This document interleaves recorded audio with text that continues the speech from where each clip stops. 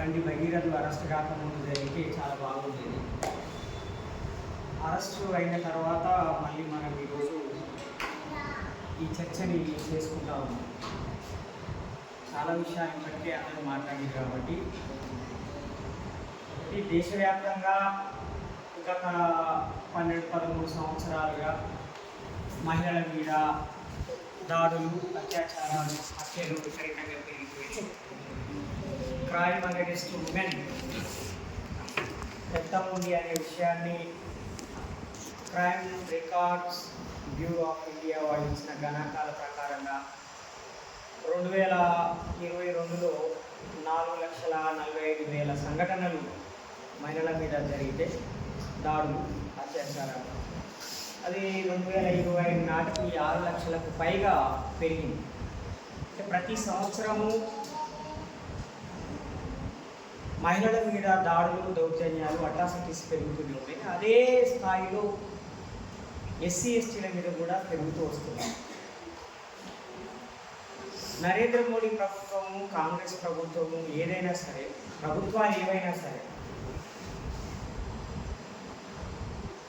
బలహీనంగా ఉన్న వర్గాల మీద దాడులని అరికట్టడంలో విఫలమైనాయి అనేది మనకు స్పష్టంగా అర్థమవుతుంది.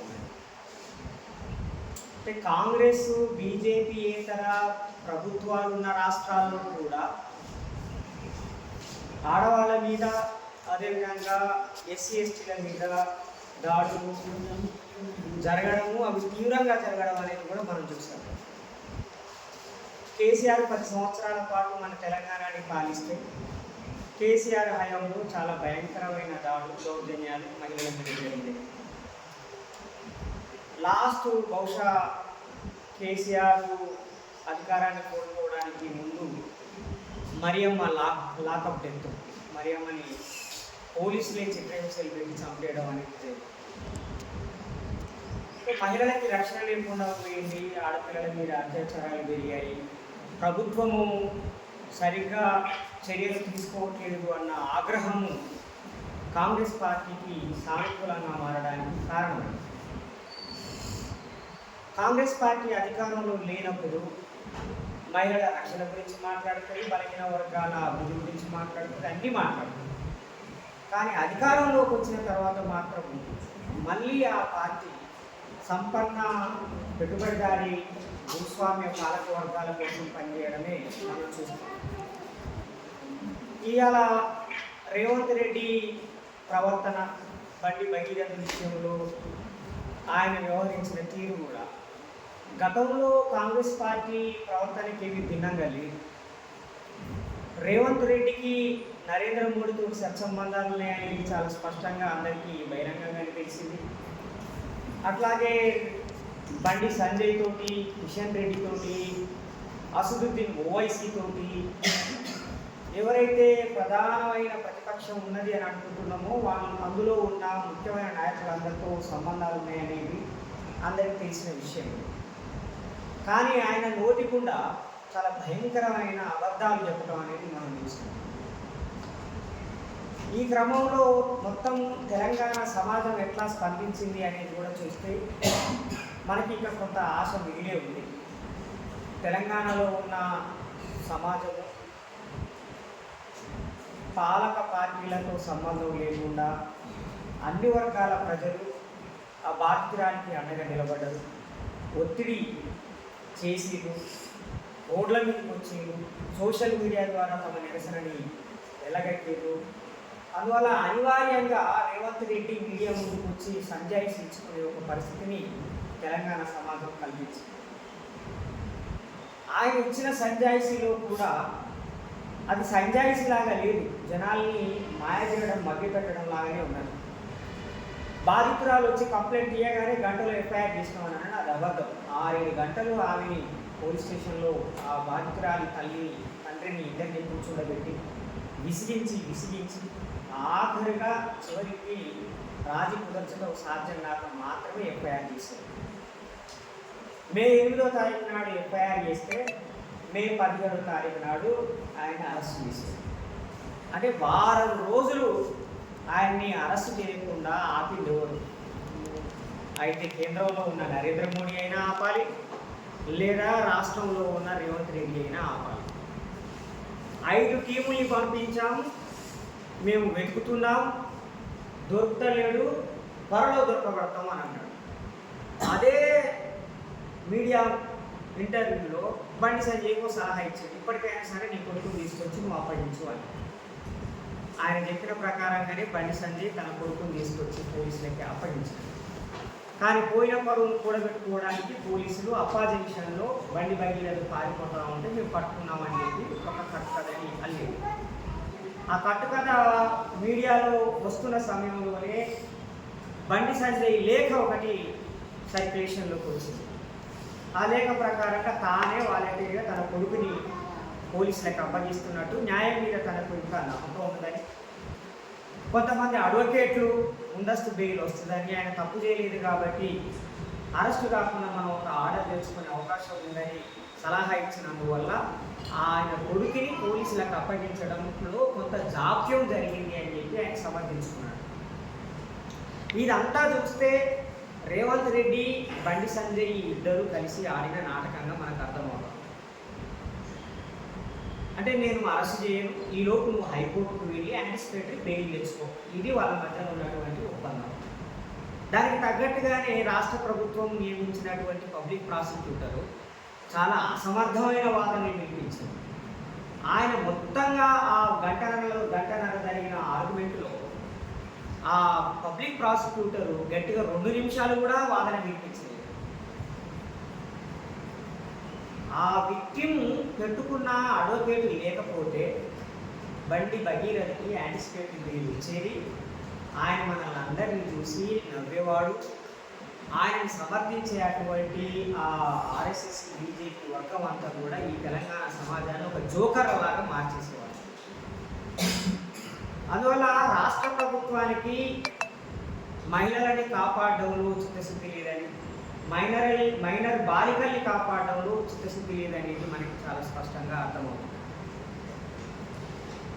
ఇంకా ఎంత దారుణమైన విషయం అంటే, ఒక మాజీ పోలీస్ ఆఫీసర్ యొక్క భార్యని హైదరాబాద్ నడి ఒడ్డున నేపాల్ వాళ్ళు హత్య చేసి పారిపోయారు. వాళ్ళని పట్టుకోవడానికి వారం రోజులు పెట్టి, నిన్న భగీరథని ఈవినింగ్ అరెస్ట్ చేస్తే పొద్దున ఆ నేపాలీలని అరెస్ట్ చేసి 7గురిని అరెస్ట్ చేసినట్టుగా వాళ్ళు పోలీసులు చూపెట్టడం అనేది జరిగింది. సామాన్యులకి రక్షణ లేదు, పోలీస్ ఆఫీసర్ల కుటుంబాలకి రక్షణ లేదు, మైనర్ బాలికలకి రక్షణ లేదు. ఇలాంటి ఒక అభద్రతా భావాన్ని ప్రజల్లో సృష్టించడానికి చాలా పకడ్బందీగా పాలకవర్గం పనిచేస్తూ ఉంది. అత్యాచారాలని ఒక కల్చర్గా డెవలప్ చేస్తున్నది ఆర్ఎస్ఎస్ బీజేపీ పాలిత ప్రాంతాల్లో ఆడపిల్లల మీద జరిగే అత్యాచారాలు, ఆ ఘోరాలు అన్నీ చూసినప్పుడు ఇదేదో క్యాజువల్ ఎఫ్ఐఆర్, ఇక దీని గురించి పెద్దగా చర్చించుకోవాల్సిన అవసరం లేదు అనే పరిస్థితిని కల్పిస్తున్నారు. ఇక జనరలైజేషన్ ఆఫ్ క్రైమ్, నేరాలని అదొక మామూలు విషయంగా మార్చేయడం, హింసని ఒక మామూలు విషయంగా మార్చేయటం. మీరు గమనించండి, మాబ్ లించింగ్ అనేది వరుసగా చేసుకుంటూ వచ్చారు. మాబ్ లించింగ్ ఆ క్లాక్ తోటి మొదలు పెడితే వరుసగా ప్రతి రాష్ట్రంలో గుంపులుగా ఒక 2-3 దొరకబట్టి కొట్టి చంపటం, ఆ వార్తలు విని విని విని మాబ్ లించింగ్ అనే దాన్ని ఈరోజు జనాలందరూ మర్చిపోయే ఒక పరిస్థితి, క్యాజువల్ అనే పరిస్థితి తీసుకొచ్చారు. అలాగే అత్యాచారాలని కూడా అదే పరిస్థితి తీసుకొచ్చారు. అంటరానితనాన్ని కూడా వాళ్ళు అదే రకంగా తయారు చేశారు. అంటరానితనం అనేది ఒక రోజులో తయారైనది కాదు. జనాలందరినీ ఒప్పించి అంటే అలవాటు చేసి ఇది క్యాజువల్, ఇది పెద్ద నేరమేమీ కాదు అనే పరిస్థితిని వాళ్ళు కల్పించింది. అట్లాగే ముస్లింల పట్ల కూడా విద్వేషాన్ని పెంచి క్రిస్టియన్ల పట్ల కూడా విద్వేషాన్ని పెంచి ఈరోజు ప్రతి ఒక్కరూ విజయ్ సీఎం అయితే ఆ క్రిస్టియన్ అట కదా,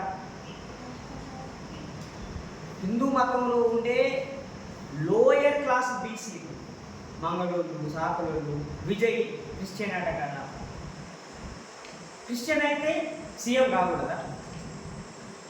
జగన్ రెడ్డి క్రిస్టియనే, ఆయన సీఎం అయితే మాత్రం ఒప్పుకుంటారు, ఎందుకంటే రెడ్డి అగ్రకులం కాబట్టి.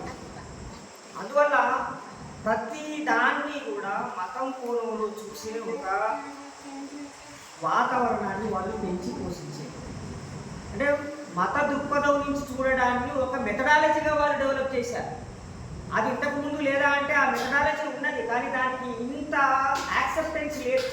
సమాజాన్ని వర్గ దృక్పథం నుంచి విశ్లేషించాం, సమాజాన్ని కుల దృక్పథం నుంచి విశ్లేషించాం, కానీ సమాజాన్ని మత దృక్పథం నుంచి విశ్లేషించడం అనేది కూడా గోల్వాల్కరు, హెగ్డే వారు, శ్యామ్ ప్రసాద్ ముఖర్జీ, మహాత్మా గాంధీ లాంటి వాళ్ళ కాలంలో కూడా ఉన్నది. కానీ దానికి ప్రజలకు పెద్ద ఆమోదం లేదు. ఇప్పుడు ఆ ఆమోదం పెరిగింది. కాబట్టి బాధితుల గురించి ఎవరైనా ఏమైనా మాట్లాడితే మా మతాన్ని బలహీనపరచడం కోసమే వీళ్ళని మాట్లాడుతున్నారు అని అంటున్నారు. క్రైస్తవులు అత్యాచారాలు చేయట్లేదా పాస్టర్లు? వాళ్ళ పిల్లలు అత్యాచారాలు చేయట్లేదా? ఒక ప్రశ్న. ముస్లింలు అత్యాచారాలు చేయట్లేదా? ముస్లిం ముల్లాలు అత్యాచారం చేయట్లేదా? వాళ్ళ పిల్లలు జిహాదీ చేయట్లేదా? వాళ్ళ గురించి ఎందుకు మాట్లాడడం? అంటే వీళ్ళు చేసే తప్పుని సమర్థించుకోవడానికి అవతలోడు చేసే అటువంటి తప్పుల్ని ముందట పెట్టి డిఫీట్ చేసి ఒక డిఫెన్సివ్ స్ట్రాటజీని వాళ్ళు అడాప్ట్ చేసుకుంటారు. సో మతం అనే దాన్ని ఇందులో ఎందుకు తీసుకొస్తున్నారు? అత్యాచారాల విషయంలో ఐడియాలజికల్గా ఈ మతమే ఆడపిల్లల్ని చిన్న చూపు చూసే విధంగా తయారు చేసింది, స్త్రీని భోగ వస్తువుగా మార్చింది, స్త్రీలకి ఎలాంటి వ్యక్తిత్వం లేకుండా చేసింది, ఆడపిల్లలకి స్వతంత్రం లేకుండా చేసింది, ఆడపిల్లల మీద అత్యాచారాలు చేయటం అనే దాన్ని యాక్సెప్టెడ్ కష్టంగా మార్చింది. బాల్య వివాహాలన్నీ అవే కదా, అత్యాచారాలే కదా. కాబట్టి ఈ మతమే స్త్రీలకు వ్యతిరేకం. కానీ అమాయకులైనటువంటి చాలామంది ఏమనుకుంటున్నారంటే మా మతం గొప్పది, మా మతాన్ని బదనాం చేయడానికి మాత్రమే వీళ్ళు ఈ ఆడపిల్లల మీద జరుగుతున్న అత్యాచారాన్ని ముందు పెడతా ఉన్నారు. ఆడపిల్ల కాబట్టి జరిగింది పోయి ప్రేమించుకున్నారు, తిరిగి కట్టేది అనే పరిస్థితిలో మాట్లాడుతూ ఉన్నారు. అందువల్ల ప్రజల ఆలోచనలో వచ్చినటువంటి ఈ మార్పుని మనం ఏ విధంగా అడ్డుకోగలుగుతాం? చట్టాల ద్వారా మాత్రమే మనం దీన్ని అడ్డుకోలేము. పోక్సో యాక్ట్ చాలా పకడ్బందీగా ఉన్నది, కానీ దాంట్లో కన్విక్షన్ రేట్ తక్కువ ఉన్నది. ఎస్సీ ఎస్టీ అట్రాసిటీ యాక్ట్ చాలా పకడ్బందీగా ఉన్నది, కానీ దాంట్లో శిక్ష పడుతున్న వాళ్ళ సంఖ్య చాలా తక్కువ ఉన్నది. కాబట్టి లీగల్గా కోర్టుల్లో మనం ఏదో వాదించితే కేసు బాధితులకి న్యాయం జరుగుతుంది అని అనుకోవడం అనేది కరెక్ట్ కాదు. ఎందుకంటే చట్టం ఎంత ముఖ్యమో చట్టాన్ని ఇంప్లిమెంట్ చేసే ప్రొసీజర్ కూడా అంతకంటే ముఖ్యంగా మారుతుంది. కోర్టులోకి వచ్చినప్పుడు ఆ ప్రొసీజరల్ వైలేషన్ని అడ్డం పెట్టే కేసు గెలవటం అనేది జరుగుతుంది. ఈ భగీరథ కేసులోనే చూద్దాం. ఎఫ్ఐఆర్ అయితే 24 గంటల్లో బాధితురాలి స్టేట్మెంట్ని జడ్జి గారు రికార్డ్ చేయాలి. చేసిరా? చేయలేదు. పోలీసు వాళ్ళే 3 సార్లు రికార్డ్ చేసినారు. మీరెవరండి పోలీసు వాళ్ళు రికార్డ్ చేయడానికి? ఒకసారి మీరు రికార్డ్ చేయాలి, సరిపోతుంది. 24 గంటల్లో బాధితురాలను తీసుకుపోయి జడ్జి గారి ముందట నిలబెట్టి 164 స్టేట్మెంట్ రికార్డ్ చేయాలి. చేసిరా? చేయలేదు. రేపు అనేది అదే గ్రౌండ్ అయితే కదండి. ఎఫ్ఐఆర్ని ఇంప్రూవ్మెంట్ చేశారు, అదొక గ్రౌండ్ అవుతుంది. 3 161 స్టేట్మెంట్లు ఉన్నాయి. 3 కాంట్రడిక్షన్ ఆటోమేటిక్గా ఎమర్జ్ అవుతుంది. కాంట్రడిక్షన్ ఒమిషన్ కాబట్టి దాంట్లో ఒక డౌట్ క్లియర్ అయితే ఆ డౌట్లో కేసు కొడుతుంది. ఇదంతా తెలియక చేయట్లేదు, పోలీసులకి పక్కా తెలిసి ఇదంతా కావాలనే దాన్ని డ్రాగాన్ చేసి ఆ కేసు విచారణలో అనివార్యంగా ఒక తప్పు దొరికేటట్టుగా చేసి రేపు బాధితుని నిందితుని కాపాడే ప్రయత్నం ఈ పోలీసులు చేస్తూ ఉన్నారు. ఈ ప్రభుత్వం పోలీసులు అంటే ఈ ప్రభుత్వం చేస్తున్నారు. అందువల్ల చట్టాలు మాత్రమే కాపాడుతాయి అనుకోవడం తప్పు. బాబాసాహెబ్ అంబేద్కర్ చాలా క్లియర్గా చెప్పిండు, రాజ్యాంగంలో ఉన్నది కాబట్టి, చట్టంలో పేర్కొన్నారు కాబట్టి మీకు న్యాయం జరుగుతుందని అనుకోవద్దు, మీరు పోరాటం చేయాల్సిందే అని అన్నారు. పోరాటం అన్నప్పుడు ఏ రకమైన పోరాటం? ఒకటి తక్షణ న్యాయం జరిగేలా పోరాటం, రెండోది సైద్ధాంతిక పోరాటం, భావజాల పోరాటం. ప్రజల ఆలోచనల్లో వచ్చిన మార్పుల్ని మనం ఎదుర్కోకుండా మనం వాళ్ళని రాజకీయంగా ఎదుర్కోలేము, భౌతికంగా కూడా ఎదుర్కోలేము. చాలామంది ఏమనుకుంటున్నారని అంటే బీజేపీని రాజకీయంగా ఎదుర్కోగలుగుతాం అని అనుకుంటున్నారు, కానీ రాజకీయంగా మాత్రమే మనం బీజేపీని ఎదుర్కోలేము. సైద్ధాంతికంగా ఎదుర్కోవాలి. ఆర్ఎస్ఎస్ని సైద్ధాంతికంగా ఎదుర్కోవాలి. ఆర్ఎస్ఎస్ ప్రచారం చేస్తున్న భావజాలంలోకి ఈరోజు మిడిల్ క్లాస్ మాత్రమే కాదు, లోయర్ క్లాస్ శ్రామిక వర్గం కూడా ఉంటున్నది. ఇంతకుముందు శ్రామిక వర్గాన్ని వాళ్ళ వాదనల్ని అంగీకరించేది కాదు, దళిత వర్గాలు అంగీకరించేది కాదు. ఇప్పుడు దళిత వర్గాల్లో కూడా వచ్చి వాళ్ళు మేము హిందూ దళితులం అని చెప్పి ఆర్ఎస్ఎస్ బీజేపీని వెనకేసుకొచ్చే వాదనలు చేస్తున్న వాళ్ళ సంఖ్య కూడా పెరిగింది. అందువల్ల ఐడియాలజికల్గా మనం చర్చించకుండా ఐడియాలజికల్గా ఆర్ఎస్ఎస్ బీజేపీని ఎదుర్కోకుండా ఈ మహిళల మీద జరిగే దాడులు కావచ్చు, మైనారిటీల మీద జరిగే దాడులు కావచ్చు, అదేవిధంగా దళిత గిరిజనుల మీద జరిగే దాడులు కావచ్చు, మనం ఆపలేము, ఎదుర్కోలేము. అందువల్ల ఇంతకుముందు నాకు తెలిసి తెలంగాణ ఉద్యమము ఉధృతంగా జరుగుతున్న కాలంలో కూడా నేను రాముద్దన్న, సాయి నరేంద్రన్న, నేను ఇంకా చాలా మంది ప్రతి నెల ఏదో ఒక సెమినార్ మన హన్మకొండలో నిర్వహించేవాళ్ళం. ఏదో ఒక సదస్సు, ఏదో ఒక డిబేట్, ఐడియాలజికల్గా స్ట్రాంగ్ ఆర్గ్యుమెంట్ని మనం చేసేది. ఆ ఆర్గ్యుమెంట్ ప్రభావంలోకి చాలా సమాజం వచ్చింది మనం చేసినటువంటి ఆర్గ్యుమెంట్. కానీ తెలంగాణ వచ్చిన తర్వాత ఆ తెలంగాణ సలగుండా కేసీఆర్ ఇచ్చే పదవులకి ఆశపడి, లొటపెట్ట పదవులకి నక్కాసు పడ్డట్టు రాని పదవులకి ఆశపడి మన వాళ్ళందరూ ఉద్యమాల్లోంచి వెనక్కి వెళ్ళిపోయారు. సీరియస్ డిబేట్లోంచి పక్కకు జరిగారు.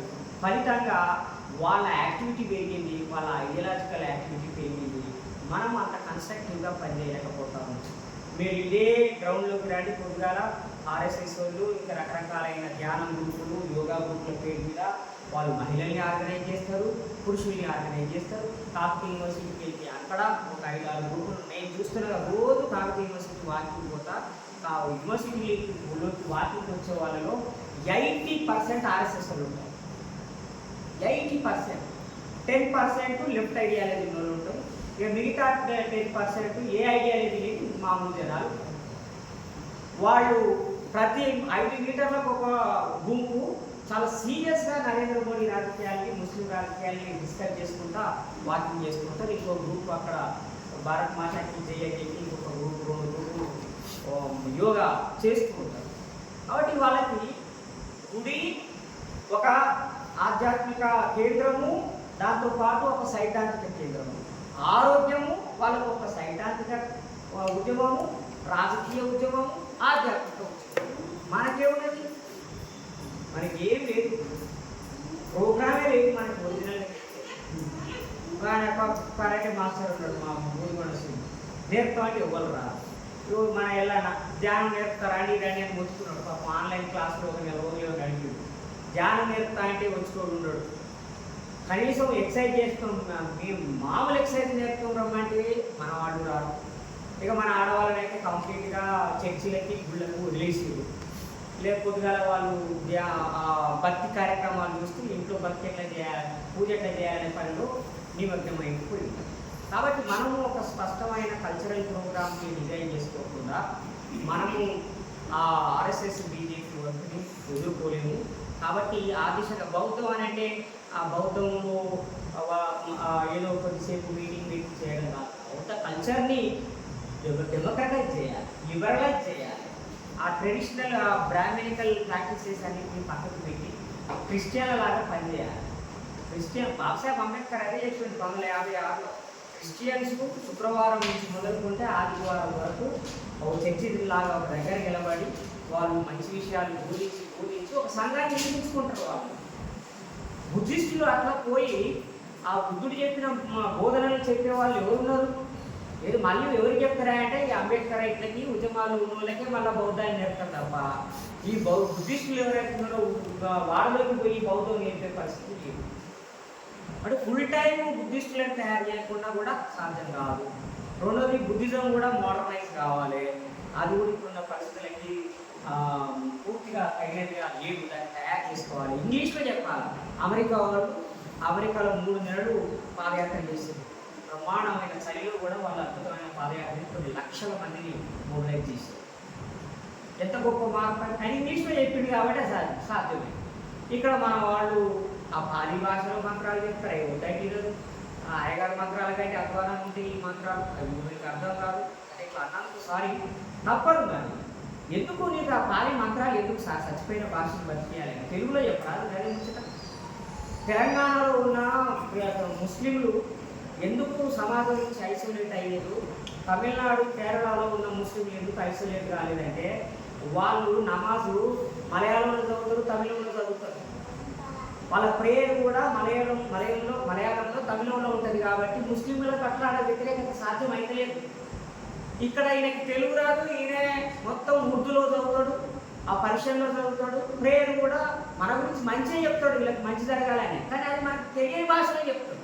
అందువల్ల ముస్లింలకి కనెక్ట్ కాలేకపోతుంది, ముస్లింలు ఇతర సమాజానికి కనెక్ట్ కాలేకపోతున్నారు. ఇక్కడ బౌద్ధం కూడా అదే దుస్థితి. సో బౌద్ధం హ్యాస్ టు బి చేంజ్డ్, మారాలి.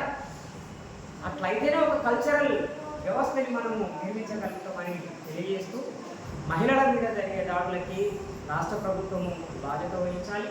అట్లాగే అరికట్టడానికి రక్షణ యంత్రాంగంతో పాటు పౌర సమాజం కూడా సైద్ధాంతికంగా, సాంస్కృతికంగా పోరాటం చేయాలని తెలియజేస్తూ థ్యాంక్ యూ.